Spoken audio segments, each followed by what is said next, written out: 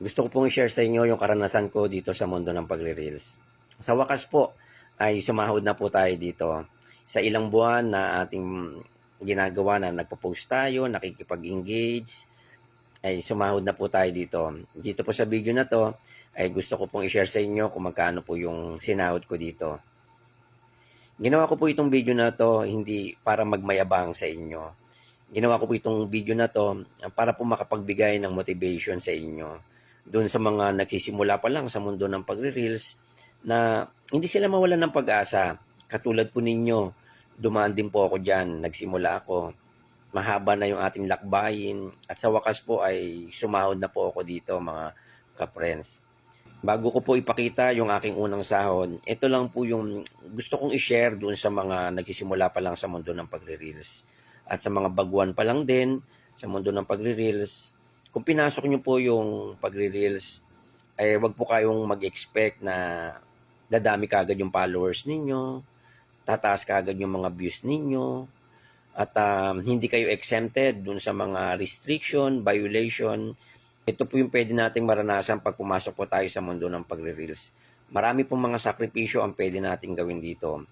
Kailangan mong samahan ng tiyaga, sipag, at tiwala sa sarili mo para ikaw ay magtagumpay dito. Hindi po madali ang mga ginagawa dito sa mundo ng pagre-reels.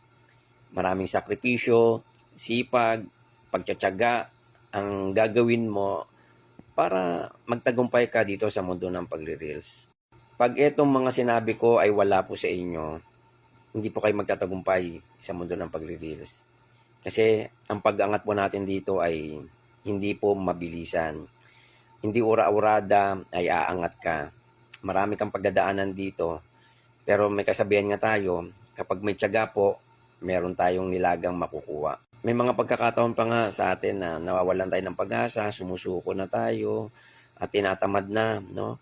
Tandaan po natin, lahat po to ay bahagi ng ating journey. Kasama ito, mga ka-friends, sa ginagawa nating pagre-reels. Kasi kung wala ang mga ito, ay hindi tayo magpapatuloy sa mga ginagawa natin. Yan po, ipapakita ko po sa inyo yung aking unang sahod dito. Hindi naman siya malaki pero sa akin malaking bagay na to. Kasi kahit papano, merong magandang resulta na nangyari sa akin. Ayan po, ito po yung dollar niya na nakalagay dito at ito po yung naka-convert na po. Ito po sa peso. Yan po yung aking unang sahod na kinita dito sa Facebook, mga ka-friends. Kaya doon sa mga followers ko na sumusubaybay sa akin, magpatuloy lang kayo. Huwag kayo mawalan ng pag-asa. Hintayin nyo lang, darating din yung tamang panahon para sa inyo. Magtatagumpay din kayo. Kaya muli, sa aking mga followers na sumusubaybay sa akin at sa mga star senders ko, maraming salamat po sa inyo sa patuloy niyong pag-support sa akin. Sana po ay wag po kayong magsawang sumubaybay sa mga ginagawa kong pagre-reels at nawa ay patuloy kayong pagpalain ng ating Panginoon. Salamat po muli sa inyo. God bless po.